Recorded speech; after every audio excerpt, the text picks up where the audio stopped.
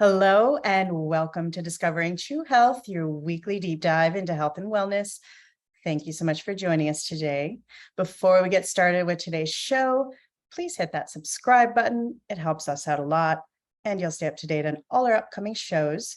You can also check out additional information on our website, Instagram, and Facebook. All those links are below. Now, unfortunately, 2021 was a landmark year for addiction. And according to reports, for the first time in US history, drug overdose deaths topped 100,000. Also, excessive alcohol consumption is linked to 95,000 fatalities in the United States every year, which makes it a leading preventable cause of death in the country. And also, as of 2022, more than 14 million adults have an alcohol use disorder. Now, the good news is there are tools, therapies, programs, supplements, and medications that can help us break addiction and reclaim our lives.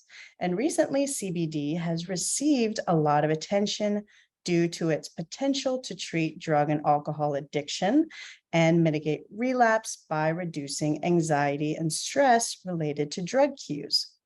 Also, it can have an impact on the part of the brain that is responsible for drug craving. So today in Discovering True Health, we'll be learning more about addiction and how CBD supplements can help curb relapse and mitigate symptoms experienced in the addiction recovery process, which is so vital to help those going through that difficult period. So my guests today are Thomas and Daniel White. Thomas and his son Daniel are co-founders of Exact Nature Botanicals, and their company's mission is to provide CBD-based products to help people in recovery. Now, Thomas and Daniel are both in addiction recovery and started Exact Nature to help the millions of others who share their same afflictions. So thank you both so much for joining me today. Chrissy, it's such a pleasure to be with you.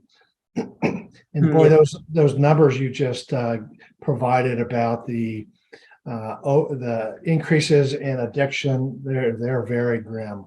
Absolutely. Hoping the number of overdose deaths and so on, it's worse than ever. Absolutely, and it's quite shocking the way they've exponentially gone up since about 2012, and even in the last couple of years. So this is, a serious crisis, and the way we're addressing addiction and addiction recovery we need to take a really close look at it and figure that out. So I'm really happy we're having this conversation today around it. Now, Thomas, you have been in addiction recovery for 13 years, and Daniel, you've been in addiction recovery for almost 4 years. So your company and its mission is very personal for you both. So let's start with you, Thomas. I'd love to hear your journey to sobriety. And at what point did you make the decision to become sober? And what was the recovery process like for you? Yeah, Christy, I grew up in a very happy household. I was very healthy, had a wonderful family. I was involved in sports. I am a musician. I play the drums. I was drumming in all kinds of very good bands, from rock to jazz to country and so forth. I went to college at Indiana University. Even there, I was playing in a group called the IU Soul Review, and so I was playing in all kinds of groups. So I worked for several years and I was excelling professionally. And what I did is I decided to leave the workplace temporarily, at least for a couple of years. And I became a Peace Corps volunteer in Botswana and Southern Africa. And I managed a bunch of community works projects there. And I also continued drumming, and I was drumming in a very good band. And in Botswana, they put out a record just prior to me arriving there, and a record that I found on Spotify recently. So I liked adventure in all of its forms, and I kind of chased that. I had a kind of a lust for life, if you will. But at the same time, my drinking was really starting to get out of control.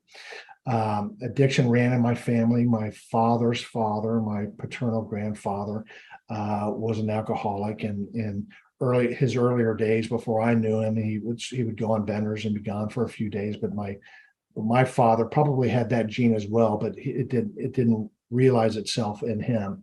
But so for probably 20 years, I drank just about every day. And many of those days I drank to excess. So I was slipping into darkness. I had 2 DUIs. Um, and so after that second DUI, it became very clear, and it was already clear, but this was my bottom. So I decided um, uh, to go to rehab. I was feeling very helpless and hopeless and ashamed. So I went to rehab, uh, and I went to a rehab clinic in southern Florida, and it was a very good one. Went there for a little over 30 days and got out of that clinic. And then for the first year after rehab, I still relapsed probably 4 or 5 times, maybe six times, probably something like that. Uh, and to Dan's mother and to other people that knew me at the time, they were very alarmed by that. I went to rehab, I'd had these issues, and I was relapsing. And what I said to them, and this was really the first time it really held any was particularly true, was that I was learning to be sober. I was learning how to string a few days together, a few weeks together, a few months together. So I was learning how to live sober. And so eventually it was sometime in that first year, and probably when I count my sobriety, I don't count that first year, but so my 13 years has been continuous solid sobriety since then, but it took a while. There's nothing easy about it. Absolutely. And what would you say some of the reasons were why you relapsed several times? Was there anything specific besides it just took time to kind of get there? Yeah, I think I said I was feeling helpless and hopeless and ashamed, and that's true. But the other feeling that many of us face as we're facing this necessity of getting sober is this overwhelming fear that we can't get sober, that we just can't possibly do it. So that's part of it, is because it's hard. And so even after that first year, I had some good tools to learn how to live a sober life, but the addiction was still very powerful, and I just relapsed. And it's not. And to people in the rooms of AA, we say the relapses are not necessary, but they happen. And what is necessary is kind of getting back at it and and understanding that it doesn't have to be a permanent setback. It can be a very short setback, and you just have to get right back at it. So I was at that place. I remember thinking, and probably everybody that enters recovery feels this way, is that, you mean I can never drink again? That's what you feel. And at some point in my recovery, probably about 2 years into it, I don't know exactly, but my thinking went from, you mean I can never drink again, to, you mean I never have to drink again? Wow. Like now I'm pretty sure-footed in my sobriety, and I'm comforted by that. I don't, and you never turn your back on this, but I don't feel that constant obsession and urge to drink. And I don't ever want that again. So I was watching a program just a little earlier today where the guy was an alcoholic, and he was sober for a year. He takes a drink and boom, he's off and running again. And that is true. That's what happens. And I've said to anybody that would listen, knows me, that if you ever see me drinking, it's not a good thing. There's no, in AA, they say, if you're allergic to shrimp, you avoid shrimp, right? You just avoid it. So those of us in AA often view it that way, that we're allergic to alcohol. It's just not something we can do. My brain is wired differently than yours is. And it's just part of being an addict. And I talk about alcohol because that was ultimately my downfall, but I'm an addict across the board. Growing up, I did I did. I was first in my class, and I started my high school class, and I was probably in my middle school class that smoked pot and all that stuff. So it was it's not just alcohol, but alcohol is so socially accepted and readily available that really became my curse. Wow. Well, thank you so much for sharing your story. I appreciate that. And I'm so Sure. glad that you had that mindset shift at that point. That's powerful, and that's a Yeah. big deal. And it is true. I had a doctor on here who talks about addiction, and he said, yes, it's a physiological, there's something, wiring in the brain, and trauma, childhood trauma can kind of shift. So you have these receptors now that are kind of craving these Yeah. certain types of things now that have shifted in your brains and bodies. So it is definitely, Yeah. In popular culture, a lot of times we see alcoholism and addiction associated with some kind of trauma. And that certainly is true. It does happen for some people that way. But there are a lot of other people like me that I liked it. It wasn't because of trauma that I set out to drink a lot. It was just I enjoyed it. It became a social lubricant for me. I'm kind of a reserved guy, and I just enjoyed it. And to the point where it just the addictions kicked in and then became a problem. But it wasn't my excessive drinking and drugging was not due to trauma. I just have to be honest with people about that. It's just I'm an addict. It right. just happened for me. And that's great to clarify, because everybody's different and everybody's going to have a different journey and experience with it. Yeah. Now, Daniel, you confronted addiction as a teenager, and our teen years are already tumultuous and difficult. So I applaud you and congratulate for overcoming this, especially at that time in your life. So as a teenager, what was your journey to sobriety like? What was the point where you made that decision, and what did the recovery process look like for you? Yeah. So I kind of started experimenting when I was pretty young. I think for me, kind of what set me down that road was kind of like what you were saying, was like a childhood traumatic experience. Even though it's unfortunately very common, but when my parents split up, I didn't really know how to cope with it at the time. I mean, I was already struggling enough to figure out who I was at that young of an age. So to let alone have a divorce on my shoulders as well was a little bit too heavy for me. So I started just smoking pot. I think I had my first drink when I was 13, 12 and a half maybe. And it just kind of snowball effect from there. In terms of like picking up heavier drugs, I started getting into over the counters, like simple things you can buy at CVS. Started stealing, starting going through parents' medicine cabinets, whatever I could get my hands on to escape the reality that I was in. So I went to my first treatment center when I was 13, which was not fun at that age. It was kind of more forced for me to go. But looking back now, I'm pretty grateful for all of it, just because I think it kept me alive a little bit longer until I had to figure it out on my own. So yeah, fast forward, it never really got any better. I think the worst of it was when I was 16, 17, 18. It was like really starting to get into like Oxycontins, Xanax,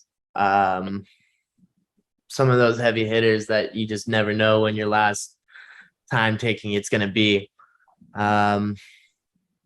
Anyways, I was in my 6th treatment center by then, out here in Utah, actually. And I I woke up one morning and unfortunately got the news that my best friend had died to an overdose the night of.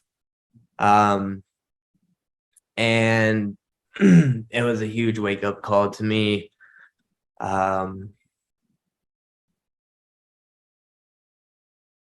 Yeah, I don't it just hit me so hard.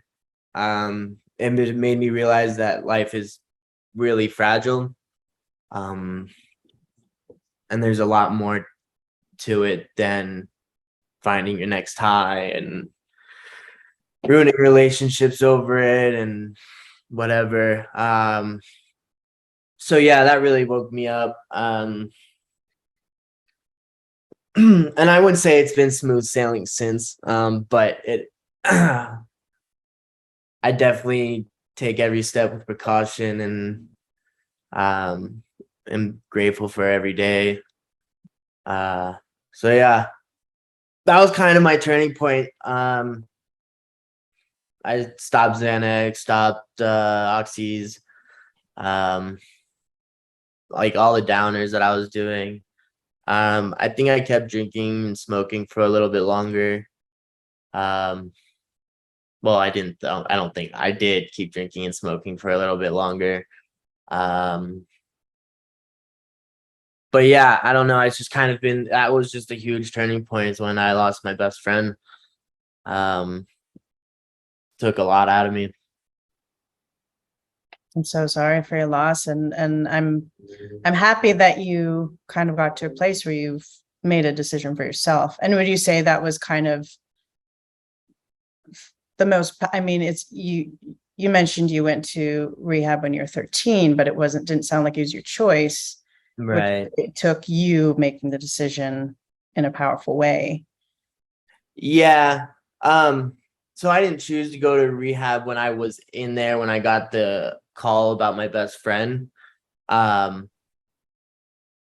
I knew I was in the right place as soon as I got that call. So I don't know, it's just kind of like my spiritual moment, in a situation that I just thought I would shrug off when I got out again. Well, thank you so much for sharing. Yeah, even then I still didn't really have the desire to change. Yeah, it just took something really, really unforgiving to change my mind about how to treat life and how to go about life. Yes. Well, thank you so much for sharing that. Go ahead. Alcoholism can kill you over time, but opioids can kill you overnight. And especially with the addition of fentanyl and the availability or the inclusion of that in many of the street drugs, it's playing a roulette, spinning a roulette wheel each time you do any of that. Absolutely. And it's so scary these days because from the research on my show on fentanyl, everything is getting kind of cut with it or swapped out for it. And children and even adults don't even know they're taking fentanyl, which is quite scary. Now let's get into CBD. How did you each kind of come across CBD, and what was each of your personal experiences with how CBD has helped you in your recovery with the recovery process and symptoms? Well, I'll start. I was living in Reno, Nevada at the time, and my next door neighbor was the first licensed hemp handler in the state of Nevada. And so they started the first CBD supply company in the state. And through them, I got to know a lot about CBD, and I found out the different issues that it can be, that it can help with and so on. And through them, I started my wheels turning. And I also, then I had a line of questions where I probed to them, can it help with addiction? And boy, they just lit up, and they gave several examples of friends of theirs that they had given their product to that were addicts, and or alcoholics, and they just talked about how much it helped them. So that prompted me to do several months of very intensive research. I really went into it in some depth and so on. And so I became convinced that it had a role to play in helping people get sober. And so at that point, I asked Dan about it, brought kind of Dan into my thinking on that. And, Dan was all in. So that's how it kind of came about.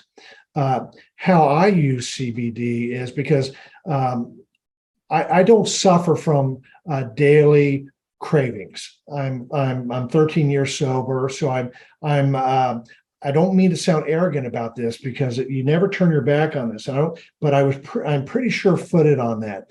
But what happened for me is when my active addiction moved out, depression moved in a big way, and that's not uncommon. Mm. So for me, and I knew this going into it when we started developing these products, that it could help with depression and anxiety and more broadly mood and focus. So I had been taking depression prescription medication for 10 years, and it worked until it didn't. And when it stopped working, I didn't want to go through that trial and error process and so forth. So I just stopped.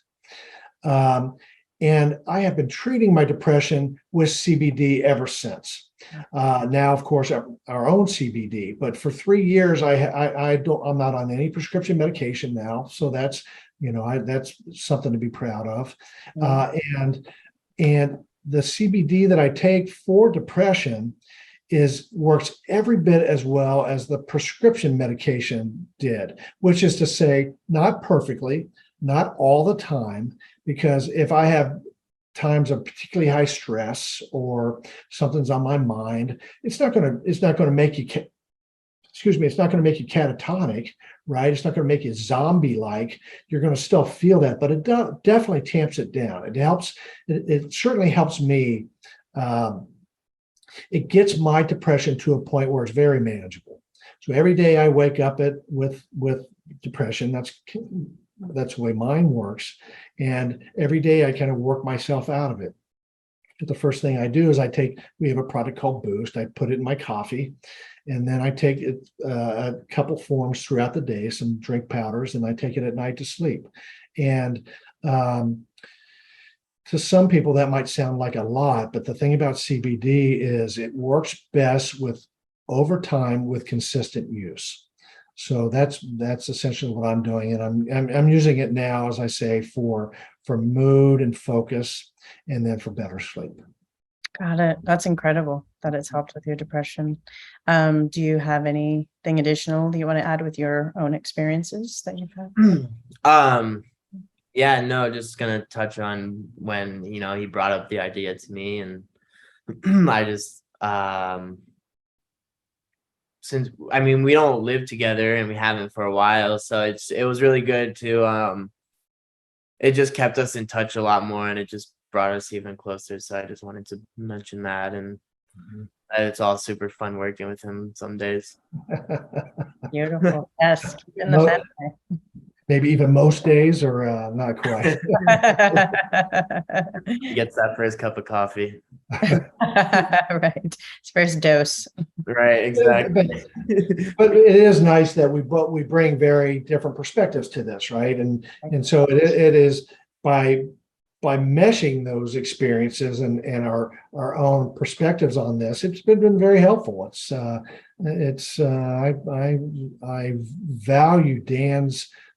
value this partnership that we have. Absolutely. It's a beautiful thing. And it's not only helping your addictions, but it's also connecting you, right. as a family. And helping others. So that's exactly. It's full circle. Absolutely. Thanks for saying. And when you started kind of getting into CBD, were there any kind of major studies at that time, kind of scientific studies or any research going on that you could kind of look into? There certainly was enough to convince me of its potential in the role that it can play. One thing about CBD, I think it has a very important role to play in helping people get sober. But I would never ever say that you take one of our capsules and it's going to cure you of your addictions. No, I would never say that, because addiction is so all-consuming that you have to approach this on from a very broad base of ways that you can address your addiction. So CBD is a great tool in the toolbox, but so is AA and NA, Narcotics Anonymous, and so are certainly podcasts like this where these issues are discussed is very helpful to people that are wondering about this. But there are also many, probably dozens, if not more than 100 recovery related podcasts at this point. So approaching the addiction from this broad base, using a number of tools in a toolbox gives people the best chance of getting sober. Absolutely. It's so important to learn from each other and others that are going through it and what's worked for them. Right. Everybody's different. Everybody's body's different. Everybody's going to have a different experience. So we can all kind of share and experiment with these types of alternative things. Let's get a little more detail about CBD and how it can help those in addiction recovery. Can you kind of give a general list of symptoms and effects that one could experience while going through addiction recovery? And then how can CBD help mitigate those? Yeah.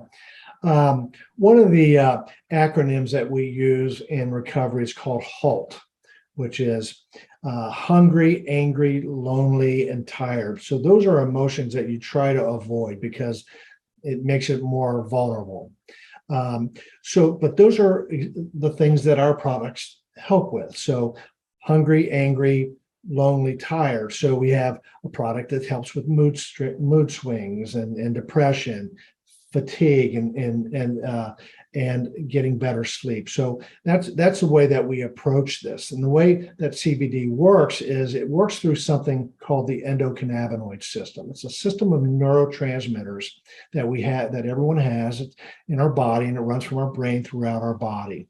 And what CBD does is the endocannabinoid system can get depleted over time. So taking CBD replenishes that endocannabinoid system, and that is what helps return your body to equilibrium. And it helps stabilize important bodily functions like sleep to mood to addictive cravings. So it really that's key, is that endocannabinoid system, and it's a very helpful response to life stressors, physical, mental, environmental, these changes in stressors. And the way that it works for addiction is similar. As addicts, our brain circuitry gets out of whack. I think it's just biological. I think I've had these addictive genes in this addict's brain circuitry since I was probably 8 or 9 years old. I don't know, but CBD helps get that back in line, and helps break this psychological bridge that we have with these addictive substances. So it can help minimize drug cues. You said that in your introduction, and it can minimize triggers and cravings, and then in turn reduce our drug-seeking behaviors. Got it. Thank you for explaining that. Because it's important to understand how it actually affects us mentally, physiologically on that level, so we can see what's actually going on in there. Yeah, and the research, you asked about that earlier. There's a lot of research that talks about the endocannabinoid system. There's no one that wants more research done on CBD than those of us in this industry, because there is enough out there that it just shows this tremendous promise of CBD for many things, not just addictions. But and so we want that, and there are some very good studies that are out there now, but more is called for and is welcomed by those of us in this industry. Absolutely. Yeah. For researching a show, there's quite a bit happening, and more and Yes. more of it happening, which is really exciting. Daniel, do you have anything to add about how CBD can help those in addiction recovery, or how it's helped you personally? Yeah. Well, just for our products, my favorite one's probably gonna be the sleeping one. I knew when, Called Z's. Mm, yeah, I knew when like coming off of drugs and lots of alcohol, it was hard to sleep for the following weeks because I didn't know exactly how to sleep without being intoxicated. So I've always appreciated disease. You know, it gives me just a really solid night's rest without feeling groggy in the morning. I don't feel slow at all the next day. And then like boost, like my dad says, um, that one just kind of, it keeps me balanced throughout the day, it feels like. Um, but yeah, I think my dad pretty much mentioned everything about CBD. I mean, this guy's a whiz up for that stuff. He knows. I mean, I know my fair share for it, but ooh, Yeah. get my dad going. He's he's the master of it. I'm an evangelist. I love it. And right. so the Z sounds incredible, because sleep is so important for our health and our, depression, mental well-being, all of that. Can you kind of walk us through what the experience is? So we, is it like melatonin? Do we take it a little bit before we go to bed? Do we get groggy right away? Kind of walk us through what the experience of it is. Yeah, definitely. So we have both a capsule and a tincture for the Z's. And so I like the tincture because I like the taste of it. It was just really well put together, all our ingredients. It just tastes really good. I don't mind. It doesn't have a bad aftertaste. Like I feel like a lot of CBD products out there taste is very bland. But yeah, so I would say it's probably about 25-30 minutes. I'll take it roughly an hour before I go to bed. Just because in that hour I'm getting ready for bed. So I'm winding down for the night, and by the time I'm in bed, I think there is melatonin in our ingredients, and a lot of other like lavender, a lot of calming ingredients. So by the time I do hit, Chamomile, green matcha tea. Excuse me, Dan. yeah, sorry, I don't remember all the ingredients off the top of my head, but Why we have you on? but by the time I am hitting my bed after an hour, I definitely fall asleep super easily. Wow. Um, And you stay asleep all night. I mean, that's key. For me, yeah, that I would definitely say it's a very restless sleep, or not restless, just very quiet, very quiet, deep sleep for sure. beautiful. I'm going to definitely have to try this. Do you want to go down the list of ingredients of what's in this? It sounds really fascinating. Sure. I would mention that all of our products. So we take this very premium CBD. The hemp is grown in the state of Nevada, and it's an ideal growing climate for hemp. And then we take this premium CBD, and in each case of each of our products, we surround it with other products, natural ingredients that have long been used for these issues. So as Dan mentioned, so for sleep, we have capsules and we have a CBD oil. So we have chamomile and passion flower and melatonin are in the capsules. We also have a drink powder, but the drink powder I don't recommend so much for the sleep, because just the idea of drinking something in water before you go to bed. We never made too many mistakes in our product line, but that's one that we have issues. right. So valerian root and so on. And let me explain in the Z's products that what I have just explained are the capsules. Okay.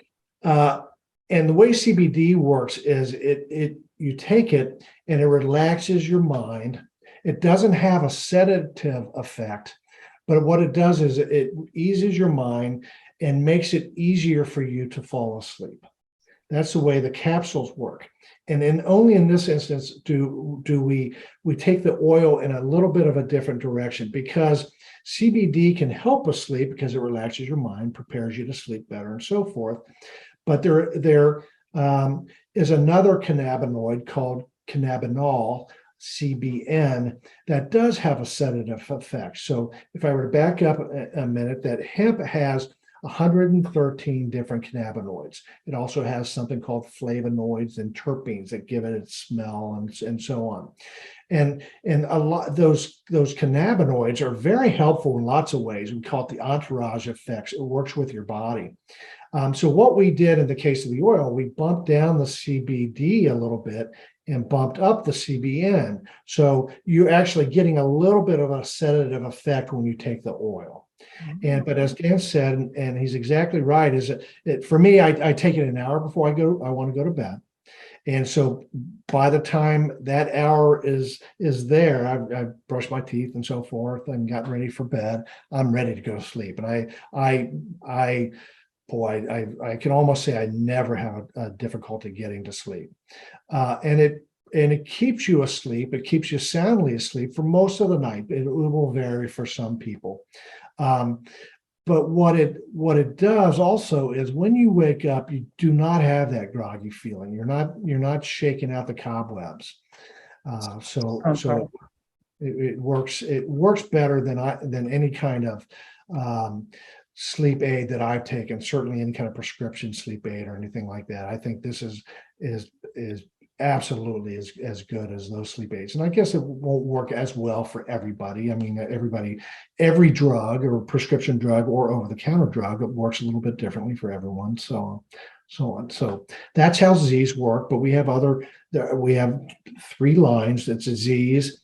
Detox is the one that's to help for curbing addictive cravings. And the same kind of thing. We've taken these proprietary formulas. This is where my research came in. And so in the capsules and the powders, we use kudzu root, for instance. That's been used by the Chinese since 600 AD to curb alcohol cravings. I mean, it's exactly for what we use it for. And then we use a couple amino acids, and it helps the connection of the neurotransmitters, L-glutamine, L-tyrosine, or the amino acids that we use. We use magnesium, and this encourages mood stability.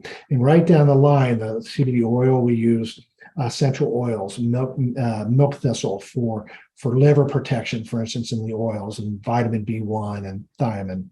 And same kind of thing. The stick packs, where we have a little more room than a capsule, we put a little bit more room. We add milk thistle to that, and magnesium and thiamine, and all the key ingredients of the oil and the capsules can be found in these drink powders.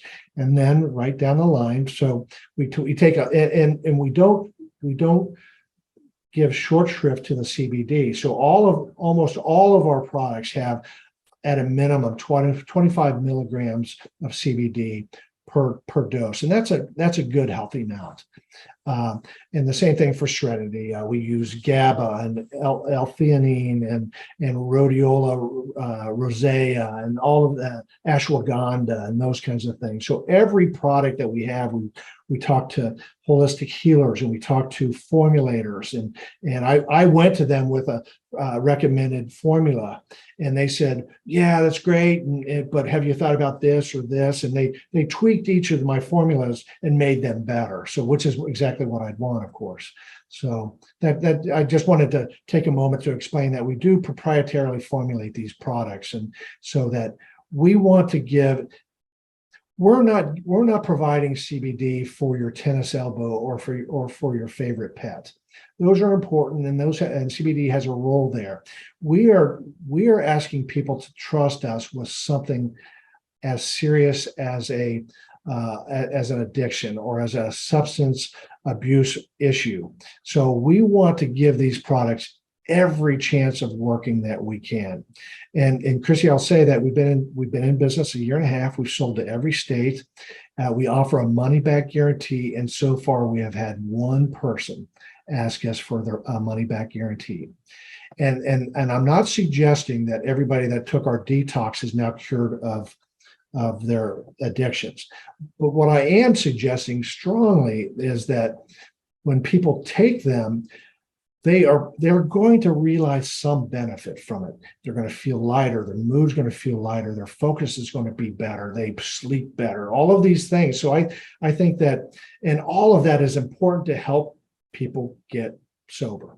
So I'm not shilling a miracle cure here, but CBD has a lot of ways that it can help our bodies, and I think that the lack of people taking us up on a money back guarantee is an indicator that people are realizing some of the benefits or a lot of the benefits from CBD.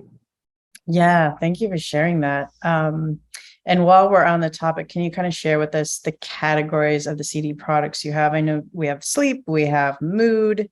Just kind of give us an overview of categories of what we can find. Yes. Let me explain first that what we use, that CBD comes at the two ends of the spectrum for CBD is CBD isolate. That means, so just as it sounds, it's only CBD, and then full spectrum CBD, which is the CBD and the THC, and then the other 112 cannabinoids, terpenes, and flavonoids that go on it. So that's full spectrum. What we sell is broad spectrum. So the only difference between what we sell and full spectrum is we take out the THC. So that then it becomes, and it is called broad spectrum. So, and the reason that's important is I mentioned the entourage effect, and research bears this out that all of those cannabinoids and flavonoids and terpenes that can be found in CBD and in hemp, all of those interact with the body in very synergistic, positive ways. That is what is meant by the entourage effect. So we don't want to take that. We don't want to take all those other things out. We just want to take the THC out. And so it doesn't have, it will not intoxicate you. It will just, as I say, I've been saying all along, it'll just help you relax and help you have focus and help you get better sleep and so forth. Got it. That's So important. the categories that we sell are detox for curbing addictive cravings, and it comes in a capsule, an oil, and a powder. Serenity, which is for mood and focus and in a larger sense, depression and anxiety. Z's, as we've talked about, is for helping get better sleep. And then we have Boost, which only comes in powder form, and that's really just CBD in a powder form. It doesn't have all of these other ingredients, and that points to my point I made earlier, that what we want you to do is we want you to take that CBD. We want you to get it into your body, because that's when it can do its work, obviously, if you're taking it. So consistent use over time is when and how you will feel the fullest effect of CBD. Right. And I love how you educated us and explained full spectrum and broad spectrum and what that means, because it's so important to not, I feel like that's a problem with modern medicine right now, is they'll cherry pick one little thing out of nature, but it's really important to have the synergy of the entire, entire thing, Right. not just pull one little thing. Yeah, So that's right. So crucial. And what I thought was really interesting and something we should all be aware of when researching for the shows, just like the food industry, not all THC and CBD is created equal. There can be inaccurate or misleading ingredient labeling and unproven medical claims from disreputable suppliers. So you kind of speak on some of the quality control standards that we should look out for when purchasing our CBD products, and what are quality control standards that you use with your CBD products? Yes.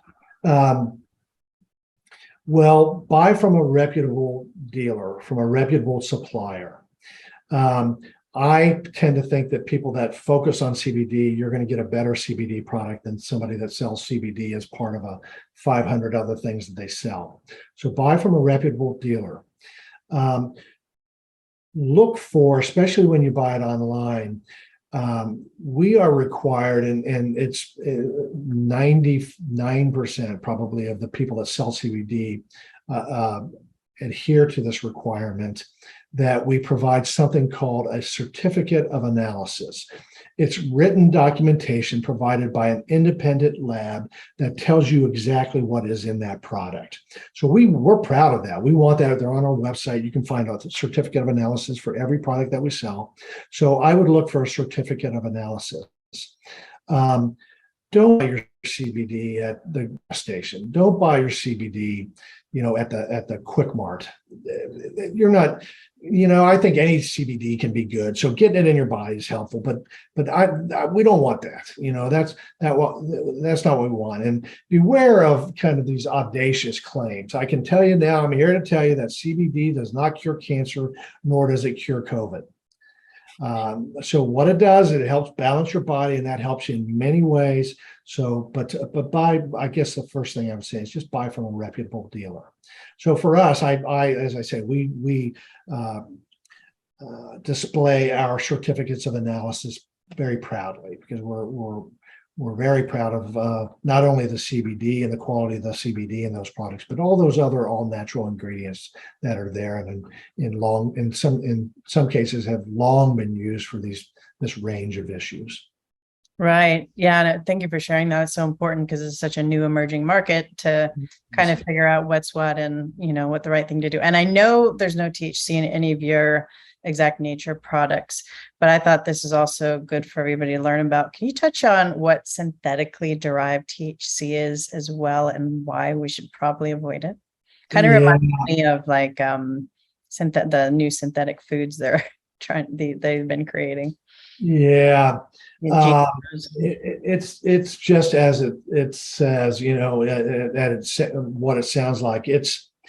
I'm not an expert. Let me say that, but it's the kind of THC that is developed in a laboratory, right? So it's man-made, and as such, it can be very strong. A lot of times, synthetic THC can be found not only with the THC in it, but with other chemicals in it. So it can be at times unsafe. So I would recommend people not pursue synthetic CBDs, and I'm sure some people can make an argument that it's more safe than I suggest, and that could be. But I know that a lot of it out there is it's very potent. The standards by which it's manufactured are not consistent, and it can present problems, liver issues. It can present heart issues and so forth. So again, I don't suggest to be an expert, but I would not recommend it. And I'm not against THC. I think medical marijuana has some purposes. I'm not against that in any way, but just like fentanyl, these drugs that are concocted in laboratories, they don't have any quality control. They're not held accountable for the lives that they damage and so forth. So I would stay away from it. Yeah, and it's great to know, because I didn't even know there was such a thing before I started learning about it. So it's good to be aware of that. They are starting to do that. Now, as we mentioned, speaking of fentanyl, overdose deaths are at an all-time high, and a lot of this is linked to opioid fentanyl crisis that's going on in the U.S. And I know, Danny, you have had personal experience, unfortunately, around this. And if you want to comment, Daniel, being a recovering addict and going through this with a friend of yours, do you have any ideas around solutions for addressing this really devastating addiction and overdose crisis that's happening? Yeah, I think just from personal experience, my biggest challenge was overcoming the fact that I wasn't alone in this. A lot of times when you're in the midst of addiction and suffering, you you think it's you against the world, and you don't think there is a hand out there to help you or guide you. But man, once you can understand that you're just not alone in this, there's so many resources like AA, NA, so many treatment centers out there. I know out here in Utah, I think there's like a residential center every other neighborhood, every other block. Um, odds are you not, it's probably a program or a treatment center. But yeah, just the resources out there, and don't be scared to ask for help because you think you're gonna intrude on someone's life, or you think you're gonna be in their way or whatever. Because odds are they've probably noticed you struggling and want to help you too, but maybe don't know how to help you either. So I've seen a lot of that be the case. So We have a saying in AA that the newcomer is the most important person in the room. They're the most vulnerable, but they also help us. And when I think about AA, I think about, I used to live in DC, and they had this commercial on television about a bowling center, and they show happy people bowling and so on. And the tagline was, "When's the last time somebody cheered for you?" And that is how I have always felt about AA, is that when you enter that room, everybody in that room is cheering for you. We know how difficult that is. So everybody is there to help in any way that they can.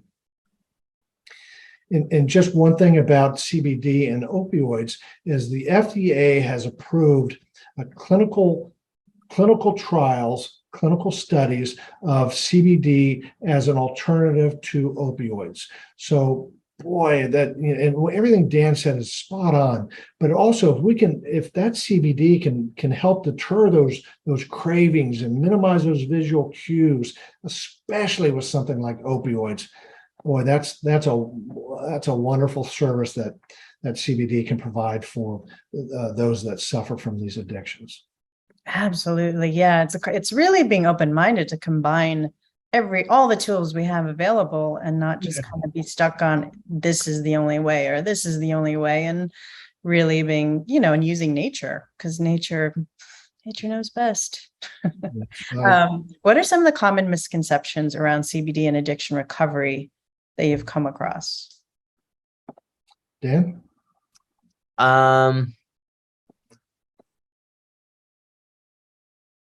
Probably just the lack of information. I mean, CBD is just kind of still up and coming, relatively. So I think it's just the lack of information that can steer people away from it. I don't think there is any real big, yeah,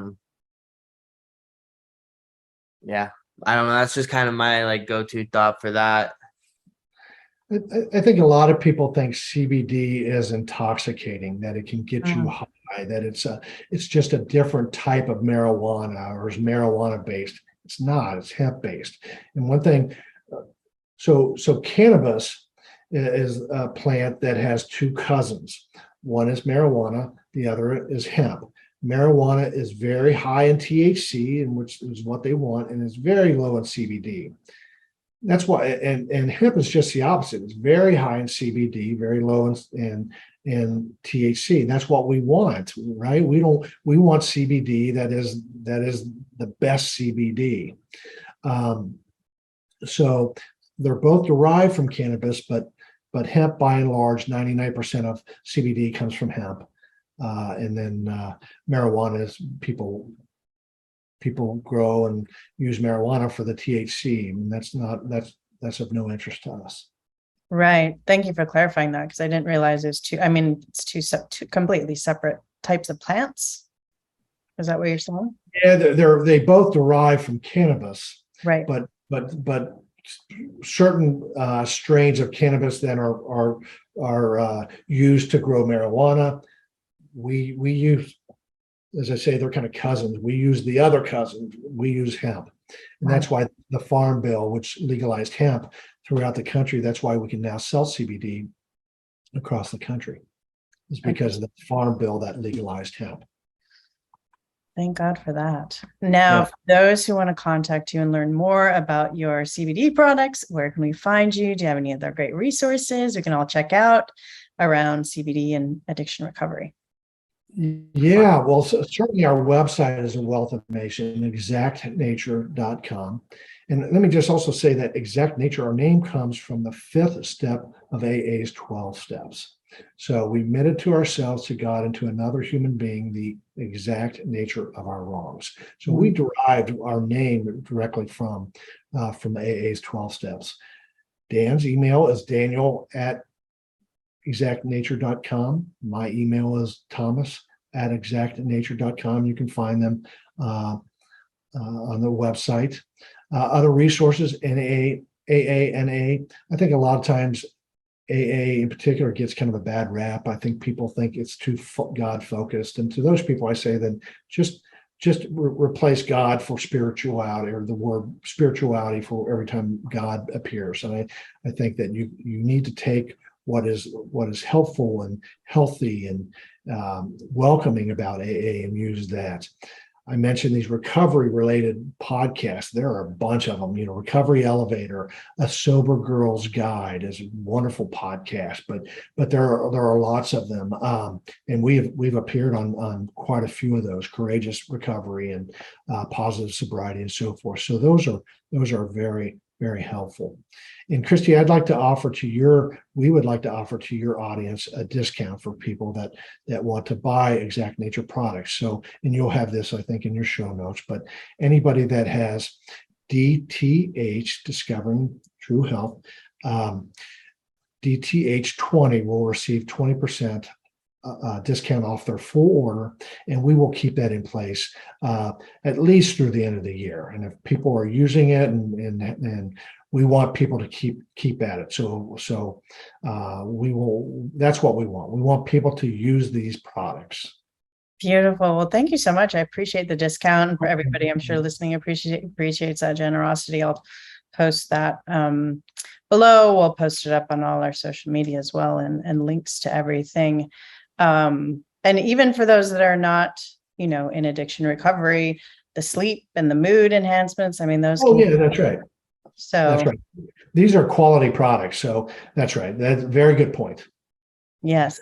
Now, before we wrap up the show, do either of you have any final thoughts or words for those who are currently wanting to start their addiction recovery journey and maybe hesitant, or for someone who is maybe farther along in their recovery journey and maybe struggling with some difficult symptoms? Do you want to start first, Daniel?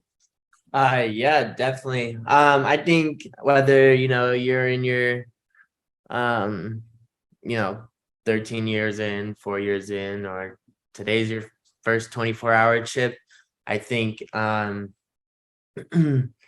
making sure that you put a system together, a support system specifically, let your friends and family know, some red flags or whatever it might be.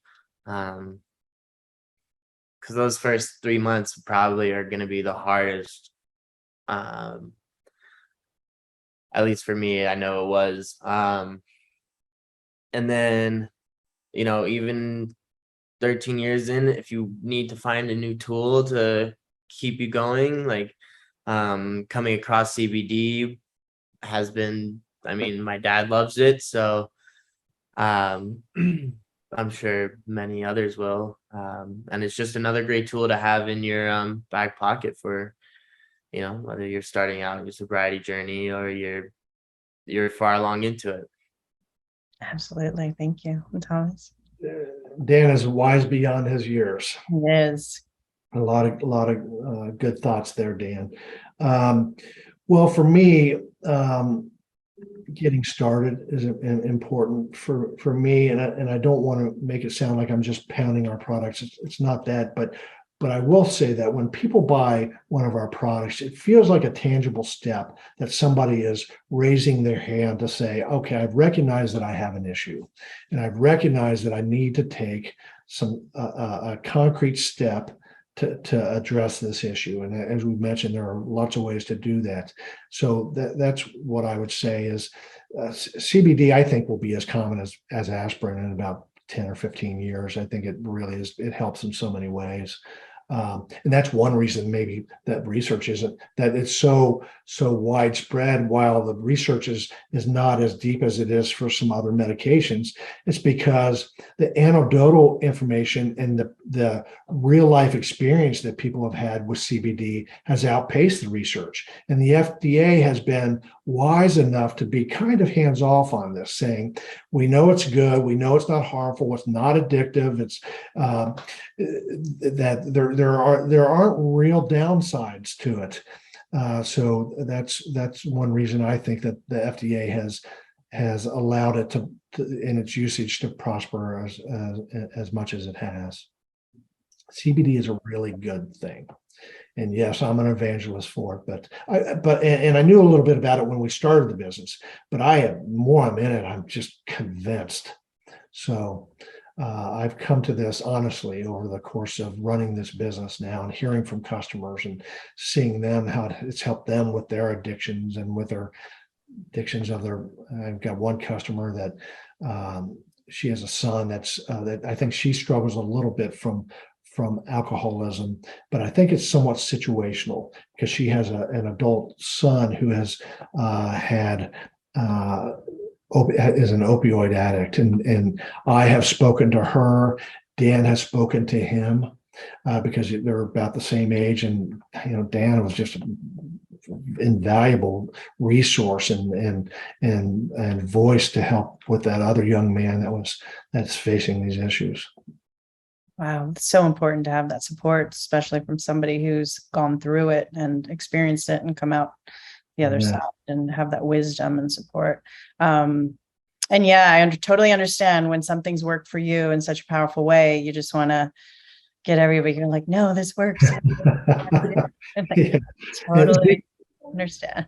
Yes, that's right. Demystifying and destigmatizing is a part of my job as well. So Absolutely. Well, keep doing what you all are doing. It's so important. And thank you so much for joining us today and sharing both your inspiring journeys with us, as well as your CBD products. I'm excited to try, and for the discount code that you're going to give us all as well. And thank you as well for the important work you're doing in helping others in achieving their addiction recovery.